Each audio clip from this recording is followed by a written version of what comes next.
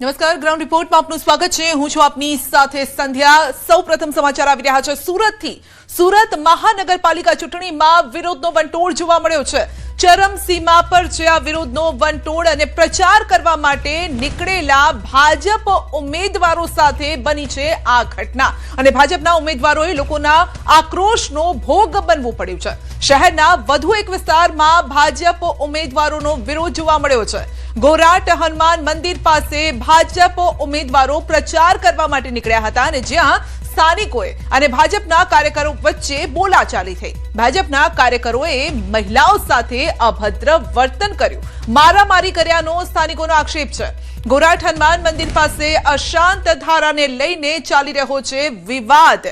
અશાંત ધારાને લઈને સ્થાનિકોએ ઊભા રાખ્યા છે અપક્ષ ઉમેદવાર। તો અપક્ષ ઉમેદવાર ઊભા રાખતા સ્થાનિકોએ ભાજપ ઉમેદવારોને પ્રચાર માટે રોક્યા। તો અશાંત ધારાને લઈને આ વિવાદ ચાલી રહ્યો છે અને જ્યારે ભાજપના કાર્યકર્તાઓ પ્રચાર માટે આવ્યા હતા તે સમયે જ સ્થાનિકોના રોષનો સામનો કરવો પડ્યો છે।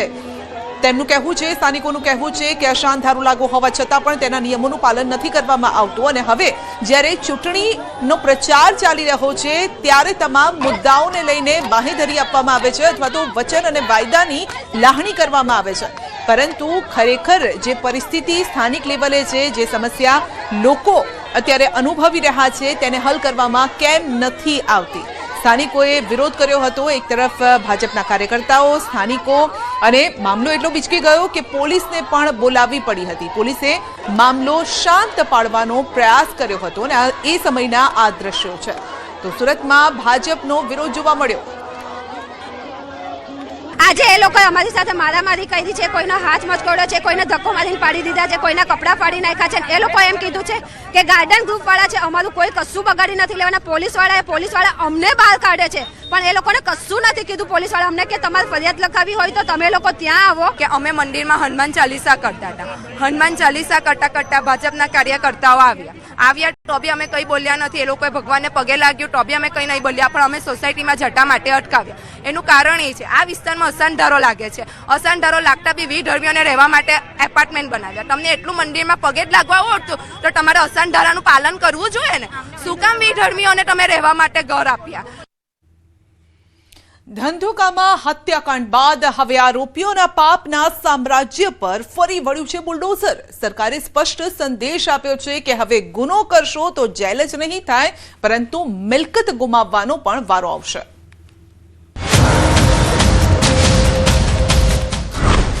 ધંધુકા હત્યાકાંડ બાદ તંત્રનો હથોડો વીંઝાયો। આરોપીઓના ગેરકાયદેસર સામ્રાજ્ય પર બુલડોઝર। પોલીસ બંદોબસ્ત સાથે આરોપીઓનું રિકન્સ્ટ્રક્શન। આરોપીઓને દોરડા બાંધીને ખેંચી લઈ ગઈ પોલીસ।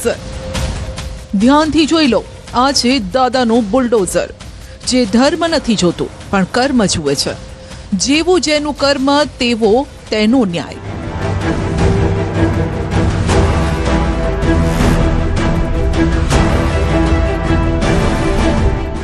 દાદાનું બુલડોઝર જે ઘરો પર ફરી વળ્યો તે આરોપીઓના ગેરકાયદેસર બાંધકામો છે। ધંધુકામાં ભરવાડ યુવકની નિર્મમ હત્યાના મામલે હવે વહીવટીતંત્રનો હથોડો વીંઝાયો છે। હત્યાના આરોપીએ ઊભા કરેલા ગેરકાયદેસર સામ્રાજ્ય પર હવે દાદાનું બુલડોઝર ફરી વળ્યું છે। તપાસ દરમિયાન આરોપીનું ગેરકાયદેસર બાંધકામ મળી આવતા તંત્રએ તેને જમીદોસ કરી દીધું। ધંધુકામાં ધર્મેશ ગમારા નામના યુવકની હત્યા બાદ પોલીસ તંત્ર દ્વારા તો કડકમાં કડક કાર્યવાહી કરવામાં આવી છે, પરંતુ ખાસ કરીને વાત કરીએ વહીવટી તંત્રની તો વહીવટી તંત્ર દ્વારા પણ જે દબાણ હટાવવા માટેની કામગીરી છે તે શરૂ કરવામાં આવી છે। આપ જોઈ શકો છો દ્રશ્યની અંદર જે આરોપીઓ હતા, જે ગુનાહિત ઇતિહાસ ધરાવતા હતા, તે આરોપીઓના ગેરકાયદેસર બાંધકામો છે તે તોડી પાડવાની કામગીરી છે તે ધંધુકા વહીવટી તંત્ર દ્વારા કરવામાં આવી રહી છે।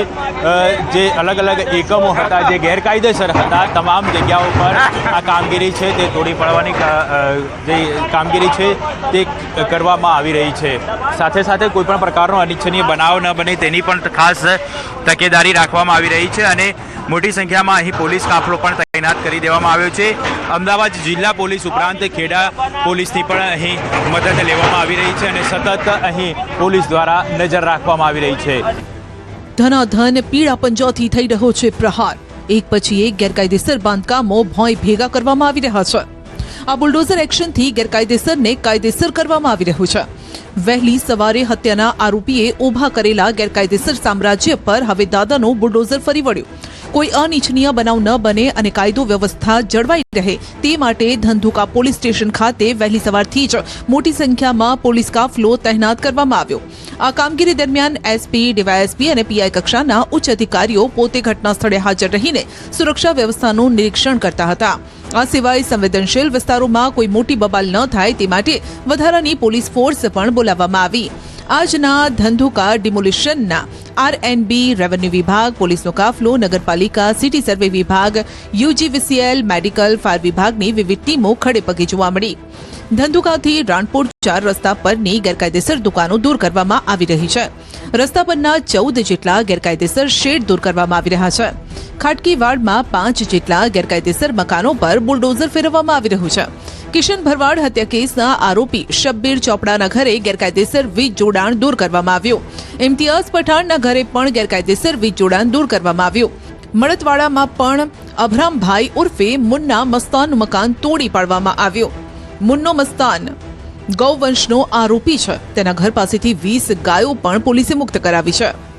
ધંધુકામાં ધર્મેશ ગમારા નામના યુવકની હત્યા બાદ પોલીસ દ્વારા તો કડક કાર્યવાહી કરવામાં આવી રહી છે, પરંતુ હવે વહીવટી તંત્ર પણ કડક કાર્યવાહી કરી રહ્યું છે. આપ જોઈ શકો છો હાલ દ્રશ્યની અંદર જે અલગ અલગ જગ્યાઓ પર ગુનાહિત ઇતિહાસ ધરાવતા આરોપીઓ છે તેઓના જે ગેરકાયદેસર બાંધકામો હતા તે તોડી પાડવાની કામગીરી છે તે જિલ્લા વહીવટી તંત્ર દ્વારા કરવામાં આવી રહી છે. જે અલગ અલગ એકમો હતા તેઓને નોટિસ આપવામાં આવી હતી અને જે કાયદેસરની પ્રક્રિયા પરિપૂર્ણ કર્યા બાદ આ કામગીરી છે તે કરવામાં આવી રહી છે. સાથે સાથે કોઈપણ પ્રકારનો અનિચ્છનીય બનાવ ન બને તેની પણ ખાસ તકેદારી રાખવામાં આવી રહી છે અને અહીં મોટી સંખ્યામાં પોલીસ કાફલો પણ તૈનાત કરી દેવામાં આવ્યો છે. ડીવાયએસપી, પીઆઈ સહિત જે સ્થાનિક પોલીસ છે ઉપરાંત જે આસપાસના જિલ્લાની પોલીસ છે તેની પણ મદદ લેવામાં આવી રહી છે, જેથી કરીને આ કામગીરી દરમિયાન કોઈપણ પ્રકારનો અનિચ્છનીય બનાવ ન બને. ખાસ કરીને વાત કરીએ તો જે પ્રકારે ધંધુકાની અંદર ધર્મેશ ગમારા નામના યુવકની હત્યા કરવામાં આવી હતી, ત્યારબાદ પોલીસ દ્વારા કડક કાર્યવાહી કરવામાં આવી હતી. તાત્કાલિક અસરથી 2 આરોપીઓની ધરપકડ કરવામાં આવી હતી અને ત્યારબાદ જે આરોપીઓ ગુનાહિત ઇતિહાસ ધરાવે છે, વારંવાર ગુનો કરવાની ટેવ ધરાવે છે, તેઓના કેટલા ગેરકાયદેસર બાંધકામો છે, કેટલી મિલકતો છે તેનો એક સર્વે કરવામાં આવ્યો હતો અને તેના આધારે આ જે ગેરકાયદેસર બાંધકામો મિલકતો છે તે તોડી પાડવાની કામગીરી કરવામાં આવી રહી છે. ધંધુકા વિસ્તારમાં ડિમોલિશનની કામગીરી કરવામાં આવી રહી છે. 400 પોલીસ અધિકારી મદદમાં છે. 3 ડીવાયએસપી, 11 પીઆઈ, 16 થી 18 પીએસઆઈ કામગીરી દરમિયાન હાજર રહ્યા. અહીં ફાયર, એમ્બ્યુલન્સ, ડ્રોન સર્વેલન્સથી સતત પેટ્રોલિંગ કરવામાં આવ્યું. ધર્મેશ ગમારાની હત્યાના જે આરોપી છે તેમના ઘરની આસપાસ ગેરકાયદેસર દબાણ છે તેની ઓળખ કરવામાં આવી. ખાટકીવાસમાં ગેરકાયદેસર દબાણ છે તેની પણ ઓળખ કરવામાં આવી. ધર્મેશ ગમારાના આરોપીઓના ઘરના આજુબાજુના જો ગેરકાયદેસર દબાણ છે એ ચીફ ઓફિસર ધંધુકા દ્વારા આઈડેન્ટિફાઈ કરી લીધા છે અને કાયદેકીય પ્રક્રિયા પૂર્ણ થઈ ગયા છે. અને આ પછી સિટી સર્વે સુપ્રિન્ટેન્ડન્ટ ધંધુકા અને નગરપાલિકા દ્વારા અહીંયા 4 મકાનોની દબાણ આઈડેન્ટિફાઈ કરી લેવામાં આવે છે અને આ જો છે તો આમાં બધા પ્રોસેસ પૂર્ણ થઈ ગયા છે અને કોર્ટના જો પ્રક્રિયા હતા આ પણ પૂર્ણ થઈ ગયા છે. તો આ અહીંયા આજ દૂર કરવામાં આવશે. ધંધુકા રેલવે સ્ટેશનથી ધંધુકા 4 રસ્તા સુધીના સ્ટેટ હાઈવેના મધબિંદુથી 10 થી 12 મીટરના જો દબાણ છે આ દૂર કરવામાં આવશે. 2 લેવલ બંદોબસ્ત છે. કુલ આમાં 3 ડીવાયએસપી, 11 પીઆઈ અને સાથોસાથ 350 to 400 પોલીસનું ફોર્સ ફાળવવામાં આવ્યું છે અને તકેદારી ભાગરૂપે મેડિકલની ટીમ, ફાયરની ટીમ પણ હાજર રાખવામાં આવી છે અને તમામ પ્રકારની પ્રક્રિયા પર અત્યારે હાથ ધરવામાં આવ્યું છે. અને તકેદારી રૂપે અમે અહીંયા બીજા તમામ મેજર્સ લીધા છે. ડ્રોનથી પેટ્રોલિંગ કરવામાં આવ્યું છે અને તમામ રીતના પ્રિવેન્ટિવ એક્શન્સ અત્યારે લેવામાં આવે છે અને પ્રક્રિયા ચાલુ છે. રિઝવાન અને સમીર 2 દિવસના રિમાન્ડ પર. પોલીસ બંદોબસ્ત સાથે આરોપીનું રિકન્સ્ટ્રક્શન. ધંધુકામાં બાઇક ઓવરટેક કરવા જેવી નજીવી બાબતમાં ધર્મેશ ગમારા નામના યુવકની કેટલાક શખ્સોએ હથિયારના તીક્ષ્ણ ઘા ઝીંકીને હત્યા કરી નાખી. આ ઘટના બાદ ધંધુકામાં વિફરેલા ટોળાએ વાહનોમાં તોડફોડ મચાવી, દુકાનોમાં આગચંપી કરી. પરિસ્થિતિ વણસતા પોલીસ કાફલો ઘટનાસ્થળે દોડી આવ્યો અને સ્થિતિને કાબૂમાં લીધી. આ ઘટનામાં પોલીસે 2 આરોપી રિઝવાન અને સમીરની અટકાયત કરી છે. પોલીસ દ્વારા નામદાર કોર્ટ પાસે આરોપીઓના 10 દિવસના રિમાન્ડની માંગ કરવામાં આવી છે. બંને પક્ષોની દલીલો સાંભળ્યા બાદ કોર્ટે આરોપીની ગંભીરતા અને તપાસની જરૂરિયાતને ધ્યાને રાખી રિઝવાન અને સમીરના 2 દિવસના રિમાન્ડ મંજૂર કર્યા. 15થી વધુ પોલીસના કાફલા સાથે આરોપીઓને કોર્ટ સુધી લાવવામાં આવ્યા. ત્યારબાદ ચુસ્ત પોલીસ બંદોબસ્ત સાથે આરોપીઓનું રિકન્સ્ટ્રક્શન કરાયું. હવે આગામી 2 દિવસ સુધી પોલીસ આ આરોપીઓની સઘન પૂછપરછ કરશે. આ સમયગાળા દરમિયાન પોલીસ તપાસમાં અન્ય કયા ખુલાસા થાય છે અને હત્યા પાછળનું મુખ્ય ષડયંત્ર શું હતું તેના પર સૌની નજર રહેશે. બીજી તરફ પીડિત પરિવારની માંગના પગલે સમગ્ર ઘટનાની સંવેદનશીલતાને ધ્યાને રાખી આ હત્યાકાંડની ઊંડાણપૂર્વક અને નિષ્પક્ષ તપાસ માટે એસઆઈટીની રચના કરવામાં આવી છે, જેથી દોષિતો સામે દાખલો બેસાડી શકાય તેવી કડક કાર્યવાહી કરી શકાય. સરકારે બુલડોઝર કાર્યવાહીથી પણ સ્પષ્ટ સંદેશ આપી દીધો કે ગુનો કરશો તો હવે માત્ર જેલ નહીં, મિલકત પણ ગુમાવવી પડશે. ગુજરાતમાં પણ યુપીની જેમ બુલડોઝર ગુનેગારો પર કાળ બનીને ત્રાટકશે. વધુ એક ગુજરાતી સિંગરના પ્રેમ લગ્નને લઈને વિવાદ. સિંગર કાજલ મહેરિયાએ પ્રેમ લગ્ન કરી લેતા વિવાદ વધુ વકર્યો છે અને પરિવારના આરોપો બાદ હવે કાજલે મોટો ધડાકો કર્યો.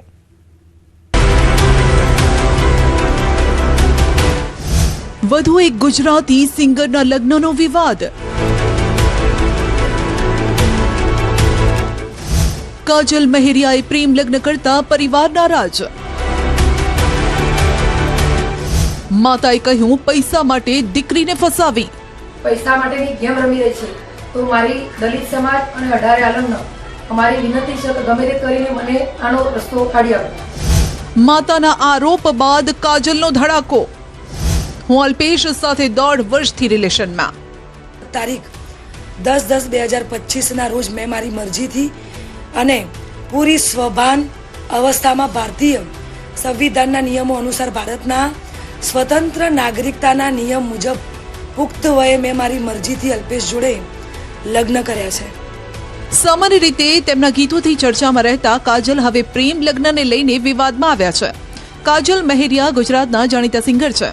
વિસનગરના ગોઠવા ગામના વતની કાજલ મહેરિયાનો જન્મ 21 નવેમ્બર 1992માં થયો. તેમના પિતાનું નામ નગીનભાઈ મહેરિયા છે. અનેક આલ્બમમાં તેઓ કામ કરી ચૂક્યા છે. નવરાત્રી સમયે પણ તેમના અવાજ પર હજારો લોકો ઝૂમે છે. કાજલના અનેક ગીતોએ સોશિયલ મીડિયામાં ધૂમ મચાવી છે. જ્યારે કાજલ મહેરિયાના મળ્યામાંના આશીર્વાદ સોંગે ગુજરાતમાં ધૂમ મચાવી. જે સમયે કાજલે આ સોંગ ગાયું ત્યારબાદ કાજલ ગુજરાતમાં ફેમસ થઈ ગઈ. પરંતુ હાલ તેની પર્સનલ લાઈફને લઈને હવે ચર્ચામાં છે. જો કે ઘરના વાસણ ગામમાં ત્યારે ખખડ્યા જ્યારે તેમની માતાએ તેમના લગ્નને લઈને વાંધો ઉઠાવ્યો. કાજલ મહેરિયાની માતાએ એક વિડીયો બનાવી પોતાની વ્યથા રજૂ કરી. માતાએ વિડીયોમાં કહ્યું કે તેમની દીકરી આવી ન હતી. તેને પટાવી ફોસલાવીને બળજબરીથી લગ્ન કરાયા છે અને એ પણ પૈસા માટે. તેમની દીકરી આવી ન હતી કે આ રીતે લગ્ન કરે. સમાજને અને મારી 18 આલમને મારી એટલી જ નર્મ વિનંતી કે મારી છોડી એક સિંગર છે, એ છોકરો મારા ત્યાં 200 રૂપિયામાં બક્ષીસ વેળવા આવતો હતો. એ છોકરા સાથે લગ્ન મારી છોડી કદાપી ના કરે. મારી છોકરી આવી હતી એને હવે કઈ રીતે બનાવ બન્યો એ અમને કોઈ ખબર નથી. એના પરિવારના પૈસા માટેની ગેમ રમી રહી છે તો મારી દલિત સમાજ અને 18 આલમનો અમારી વિનંતી છે કે ગમે તે કરીને મને આનો રસ્તો કાઢી આપો. જો કે માતાએ તો ત્યાં સુધી આરોપ લગાવ્યો કે જ્યારે તેઓ દીકરીને પરત લેવા માટે સમાજના લોકો શેરથા ગામે ગયા ત્યારે ત્યાં છોકરાનો પરિવાર રહે છે અને તેઓએ તેમને ધમકી આપીને ત્યાંથી કાઢી મૂક્યા. શેરથા ગામે ગયા હું અને મારો સમાજ અને મારા સગા સંબંધી ત્યાં ગયા એટલે અમને ઉશ્કેરીને કાઢી મૂક્યા. અમે કહ્યું કે ભાઈ મારી છોડી અમને મૂકી દો એટલે અમને ઉશ્કેરીને કાઢી મૂક્યા. કાજલના ભાઈ સંદીપ મહેરિયાની પણ એક પોસ્ટ વાયરલ થઈ રહી છે, જેમાં લખાણ લખ્યું છે કે સિંગરે પરિવાર કે સમાજને વિશ્વાસમાં લીધા વગર લગ્ન કર્યા છે. મહેરિયા પરિવારે આ નિર્ણયને સામાજિક મર્યાદાનો ભંગ ગણાવ્યો. પરિવારે 18 આલમ અને મહેરિયા સમાજને એકઠા થઈને આ મામલે સમર્થન આપવા માટે વિનંતી કરી. મામલો જગજાહેર થતા સમાજના લોકો અને મહેરિયા પરિવારના હિતેચ્છુઓ પણ સોશિયલ મીડિયા પર કૂદી પડ્યા અને આવી અનેક પોસ્ટ સામે આવતા મામલો વધુ ચગડોળે ચઢ્યો. ત્યારે અલ્પેશ ઠાકોર, જેની સાથે કાજલે લગ્ન કર્યા છે તેવો દાવો કરાઈ રહ્યો છે, તેના પરિવારનો દાવો છે કે તેઓએ કોર્ટ મેરેજ કરી લીધા છે અને 6-8 મહિનાથી સાથે રહે છે. 20-25 જણ આવ્યા હતા. એમ કહેતા હતા કે તમારા છોકરાને બોલાવો અને તમારો છોકરો પાછો આવી ગયો, અમારી છોકરી બરી મરી જાય તેમ. બરાબર છે. તમે શું કીધું પછી? ગઈકાલે શું થયું? પોલીસ સ્ટેશન ગયા હતા? અમે તો ફરિયાદ નોંધાવી દીધી, 112 નંબર લગાવી. બરાબર છે. કાજલબેનને અલ્પેશભાઈ કેટલા સમયથી સાથે છે? કાજલબેન તો 6 થી 7 મહિના. બરાબર છે. અને લોકો સાથે જ રહેશે, અમદાવાદમાં રહે છે? હા. બરાબર. કોર્ટ મેરેજ કર્યા છે એમને? હા, કરી લીધા. જો કે મામલો ગરમાતા અને સમાજના લોકો વચ્ચે પડતા કાજલે પણ મેદાને આવવું પડ્યું અને કહેવું પડ્યું કે આ તેનો અંગત મામલો છે. જય હિન્દ, જય ભીમ, જય વિયતમાં.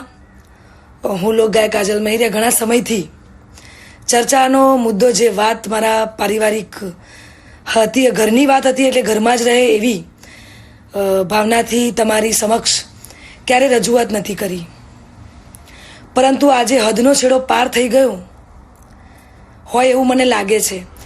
કાજલે કહ્યું કે આ વિડીયોના માધ્યમથી તે જણાવે છે કે ગત 10/10/2025ના રોજ તેણે તેની મરજીથી ભારતીય સંવિધાનના નિયમો અનુસાર અલ્પેશ જોડે લગ્ન કર્યા છે.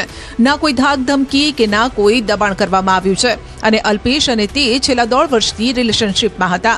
જો કે બંનેના સાથે ઘણા ફોટો અને વિડીયો પણ છે, જેમાં કાજલ પોતે વિડીયો ઉતારતી જોવા મળે છે. અલ્પેશ ઠાકોર તેના બર્થડે પર સિંગર કાજલ મહેરિયા સાથે પણ જોવા મળ્યો. પાર્ટીમાં પણ ઘણા લોકો હાજર રહ્યા. આ સમયે કાજલે અલ્પેશને કાર ગિફ્ટ કરી હતી તેવા વિડીયો પણ સોશિયલ મીડિયામાં જાહેર થયેલા છે. જો કે કાજલનું કહેવું છે કે અલ્પેશ અને તેનો સંબંધ પરિવારને પસંદ નથી. પરિવારનો રાજીપો ન હોવાથી તેણે આ રીતે લગ્ન કર્યા. ના કોઈ દાગધમકી કે ના કોઈ દબાણથી કર્યા છે. અલ્પેશ અને મારું પોતાનું રિલેશન છેલ્લા 1.5 વર્ષથી હતું. આ વાતની જાણ મારા પરિવારને મેં કરેલી, પરંતુ એમની રાજીપો ના હોવાથી મેં મારી જાતે મારું ભવિષ્ય, મારી જિંદગી મહત્વપૂર્ણ નિર્ણયમાં મેં મારી જાતે લીધો છે. એ બાબતે મારો પહેલો ઘણો કે છેલ્લો ઘણો જવાબ આજ રહેશે અને આજ હશે. તો ખાસ જણાવું છું કે અમે બંને રાજી ખુશીથી રહીએ છીએ. આ સમયે કેટલાક એવા લોકો પર પણ કાજલે નિશાન સાધ્યું જેઓ કોઈ પણ વાતમાં કૂદી પડતા હોય છે. કાજલે આવા લોકોને કહ્યું છે કે તેણે લવ જેહાદ નથી કર્યું કે આ રીતે વિરોધ કરાય. હું સનાતન ધર્મમાં માનું છું અને સનાતન ધર્મ પ્રેમી જનતા પાસે સાથ અને સહકાર માગું છું. અને ખાસ એ વાત કે હું ધર્મ પરિવર્તન કરવા નહોતી માંગતી, એટલા માટે અત્યાર સુધી હું ચૂપ હતી. આ નિર્ણય પર અડગ રહી છું એનું કારણ કે હું સનાતની છું. કાજલનું તો ત્યાં સુધી કહેવું છે કે પરિવારે તેને મારી નાખવાની પણ ધમકી આપી છે. અલ્પેશ અને મારા પર જે આક્ષેપો નાખવામાં આવ્યા છે, અલગ અલગ ધમકીઓ, મારી નાખવાની, ઉપાડી દેવાની, આ બધી ધમકીને અને ખાસ કે મારા સાસરે એટલે કે શેરથા જઈને જેમ તેમ બોલી અને ધમકીને આપી બધી વાહિયાત વાતોથી કંટાળીને તમને બધાને વિડીયો દ્વારા જણાવું છું. મળતી માહિતી અનુસાર બંનેએ 6 મહિના પહેલા લગ્ન કર્યા હતા. 10/10/2025ના રોજ કાજલે અલ્પેશ ઠાકોર સાથે લગ્ન કર્યા. સાથે એમ પણ કહેવામાં આવી રહ્યું છે કે આ પછી એટલે કે આજ પછી આ મુદ્દે કાજલ કોઈ પણ રીતે વાત કરવા નથી માંગતી. જો કે આ મુદ્દે જો હેરાન કરવામાં આવશે તો તે કાયદેસરની કાર્યવાહી પણ કરી શકે છે. આ મામલે અલ્પેશ ઠાકોરનું અત્યાર સુધી કોઈ પણ નિવેદન સામે નથી આવ્યું. ત્યારે ઉલ્લેખનીય છે કે કિંજલ દવે, ગીતા રબારી જેવા સુપરસ્ટાર ગાયિકાઓ બાદ હવે કાજલ મહેરિયાના અંગત જીવનના વિવાદે સોશિયલ મીડિયા પર જોર પકડ્યું છે. એક તરફ ચાહકો આને કાજલનો અંગત નિર્ણય ગણાવી રહ્યા છે, તો બીજી તરફ મહેરિયા પરિવાર અને સામાજિક પ્રતિષ્ઠાનો પ્રશ્ન ગણાવીને વિરોધ કરી રહ્યા છે. જોવાનું રહેશે કે ઘીના ઠામમાં ઘી પડે છે કે મામલો તૂલ પકડે છે. ડાંગ જિલ્લાની સુબીર બેઠક પર સ્થાનિક સ્વરાજ્યની ચૂંટણીમાં રસપ્રદ સંગ્રામ છે. ટીવી સિરિયલોમાં જોવા મળતી સાસુ વહુની લડાઈ હવે ચૂંટણીમાં જોવા મળી રહી છે. અને એક તરફ અનુભવી સાસુ છે તો બીજી તરફ શિક્ષિત વહુ છે, અને જેના કારણે આ બેઠક પર સૌની નજર મંડાયેલી છે.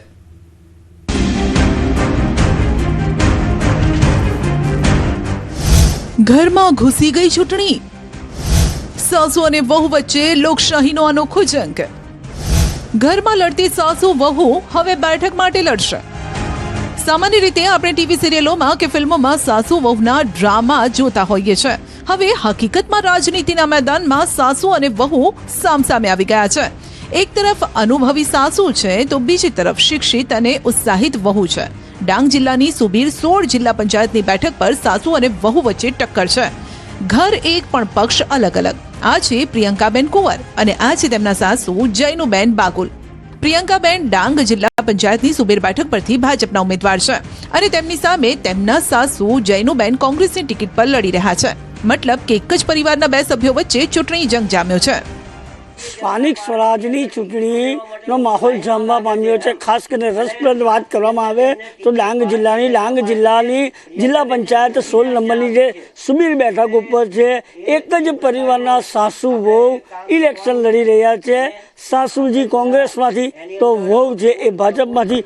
દ્રશ્ય બતાવવાનો પ્રયાસ કરીશ કે જે પ્રિયંકાબેન જે છે ઉમેદવાર ભાજપના અને શિક્ષિત ઉમેદવાર હોય, જે અંતર્ગત ભાજપે એમના પર વિશ્વાસ મૂકીને ટિકિટ આપી છે. અને હાલ આ તમે દ્રશ્યની અંદર જોઈ શકો છો કે જે પ્રિયંકાબેન છે ડોર ટુ ડોર અને સભાઓ કરીને પોતાના આજે આ મત વિસ્તારની અંદર પ્રચાર પ્રસાર કરી રહ્યા છે અને જાહેર સભાઓ નાની ગામડે કરી રહ્યા છે. ડોર ટુ ડોર પણ પ્રચાર કરી રહ્યા છે અને ચોક્કસપણે કહી શકાય એમ છે કે શીર્ષક નેતૃત્વ અંતર્ગત ભારતીય જનતા પાર્ટીના આ ઉમેદવાર આ વિજેતા થાય એવી પણ એઓએ સ્પષ્ટપણે ચોક્કસથી વાતો પણ કરી છે. સાસુ અને વહુ ડોર ટુ ડોર પ્રચાર કરી મતદારોને રીઝવવાનો પ્રયાસ કરી રહ્યા છે. સાસુ વહુ બંને પ્રચારમાં ખુલ્લેઆમ એકબીજા પર વાક પ્રહાર કરતા પણ જોવા મળે છે. ઘણા લોકો મને પૂછે છે કે ઘરનો જ પરિવાર સત્તામાં હોવા છતાં મારા મેદાનમાં આવવાની શું જરૂર પડી? મારો જવાબ સ્પષ્ટ છે. છેલ્લા 30 વર્ષ મારા પરિવાર વડીલોએ જનતાના આશીર્વાદ આપ્યા છે, તેમને સત્તા સોંપી છે. વહુ તરીકે મને તેમના પ્રત્યે આદર છે, પણ એક જ જાગૃત નાગરિક તરીકે મને દુઃખ છે કે 30 વર્ષ પણ આપણા ગામના પાયા સુવિધાઓ ઝૂઝમી રહી છે. મારો વિરોધ કોઈના વ્યક્તિ સામે નથી, પણ કામ કરવાની પદ્ધતિ સામે છે. સત્તા મળી પણ વિકાસ ક્યાં? અને એની સાથે તમારી તૈયારી કેવી છે આ ચૂંટણીમાં? જોરમાં થઈ છે. અત્યારે તમે વાતચીત કરો છો? હા. અચ્છા, તો એને તમે આમને સામને થાવ છો? અલગ અલગ જગ્યા પર કંઈક પ્રચાર પ્રસાર માટે જાઓ છો તો? ના. અને અત્યારે ઘરનું કામ કે એવું બધું તમે સાથે મળીને કરો છો કે અલગ અલગ રહો છો? એને ઘરે જતી રહી છે. અને જો તમે જીતી ગયા તો પછી પાછળ સાથે રહેતા થયું છો? ના. પરિવારની અંદરની અરાજકીય સ્પર્ધા હવે સમગ્ર જિલ્લામાં આકર્ષણનું કેન્દ્ર બની ગઈ છે. સુબીર તાલુકો વિકાસથી વંચિત રહ્યો હોવાનો મુદ્દો પણ આ ચૂંટણીમાં મહત્વનો બની ગયો છે. મતદારો હવે માત્ર વ્યક્તિગત સંબંધો નહીં પરંતુ વિકાસ અને પ્રગતિના મુદ્દાઓને ધ્યાને રાખી પોતાનો મત આપવા તૈયાર દેખાઈ રહ્યા છે. સાસુ વહુ વચ્ચેની આ ટક્કર માત્ર પરિવારની જ નહીં પરંતુ કોંગ્રેસ અને ભાજપ વચ્ચેની પ્રતિષ્ઠાની લડાઈ બની ગઈ છે. બંને પક્ષ પોતાના ઉમેદવારને જીતાડવા માટે જોરથી પ્રચાર કરી રહ્યા છે.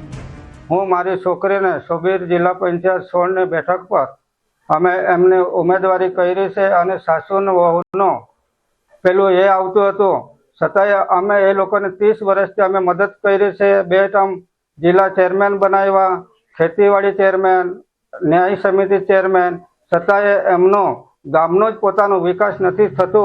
કોઈ વિકાસનું કામ પૂરું પડેલ નથી. આ ભાજપ સરકારને અમે ધક્કા મારવાનું, કોંગ્રેસને જ લાવવાનું. ફૂલ તૈયારી એટલે ફૂલ તૈયારી. તમામ લોકો કોંગ્રેસની વાત કરે છે. ગામમાં સુવિધા શું નથી? ગામમાં સુવિધા તો હું કોઈ નહીં. પાણીની જ મોટી અમારી તંગી. આ અનોખા મુકાબલાના કારણે સમગ્ર ડાંગ જિલ્લામાં અત્યારે આ બેઠક હોટ ફેવરિટ બની ગઈ છે. ઘરમાં સાસુ વહુના સંબંધો ગમે તેવા હોય પરંતુ રાજકીય મેદાનમાં બંને એકબીજાને ધોબી પછાડ આપવા માટે એડી ચોટીનું જોર લગાવી રહ્યા છે. હવે જોઈ રહ્યું કે સુબીરની જનતા સાસુને આશીર્વાદ આપે છે કે આધુનિક વહુ ભાજપનું કમળ ખીલવે છે.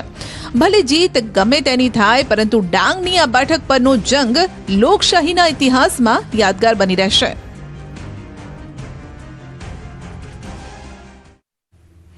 કેરી રસિયાઓ માટે આવ્યા છે આનંદના સમાચાર, કેમ કે જૂનાગઢ માર્કેટિંગ યાર્ડમાં કેરીની થઈ રહી છે મબલક આવક. કેરીઓનો ઢગલો થતા ભાવમાં પણ ઘટાડો થયો છે. કેરી રસિયાઓને સસ્તી કેરી મળશે, પરંતુ ખેડૂતો અને ઇજારેદારોને માવઠાના કારણે નુકસાની છે.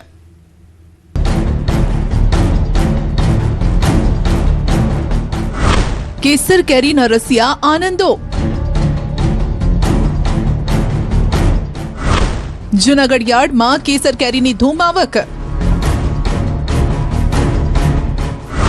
એક મહિનામાં 50,000 બોક્સની આવક.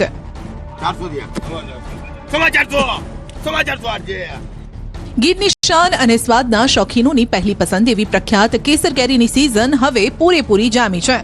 જૂનાગઢ માર્કેટિંગ યાર્ડમાં છેલ્લા 5 દિવસથી કેસર કેરીની આવકમાં તોતિંગ વધારો જોવા મળ્યો છે. એક તરફ માર્કેટમાં કેરીનો ભરાવો થતા ભાવમાં નોંધપાત્ર ઘટાડો થયો છે, જે સામાન્ય જનતા માટે પણ સારા સમાચાર છે. પ્રથમ જ્યારે સિઝન શરૂ થઈ ત્યારે માર્કેટિંગ યાર્ડમાં 50 થી 100 બોક્સની આવક નોંધાઈ હતી, જ્યારે કે છેલ્લા 5 વર્ષમાં યાર્ડમાં કેરીની આવકમાં મબલક વધારો થયો છે. દરરોજ 5 થી 10,000 કેસર કેરીના બોક્સની આવક નોંધાઈ રહી છે. આજે જૂનાગઢ માર્કેટિંગ યાર્ડમાં 8 થી 10,000 કેરીના બોક્સની આવક થઈ. તલાલા આસપાસ વિસ્તારમાંથી ઇજારેદારો કેસર કેરી લઈને જૂનાગઢના માર્કેટિંગ યાર્ડમાં પહોંચી રહ્યા છે. સિઝનની શરૂઆતમાં કેસર કેરીના એક બોક્સનો ભાવ 1,500 થી 2,000 રૂપિયા સુધી બોલાતો હતો, જેની સામે આજે આવક વધતા ભાવ ઘટીને 800 થી 1,200 રૂપિયાની આસપાસ પહોંચી ગયા છે. વેપારીઓના મતે જેમ જેમ આવક વધતી જશે તેમ ભાવમાં હજુ પણ ઘટાડો થઈ શકે છે. બીજી તરફ ગત વર્ષની સરખામણીએ આ વર્ષે કેરીનો પાક સારો એવો હોવાના કારણે હજુ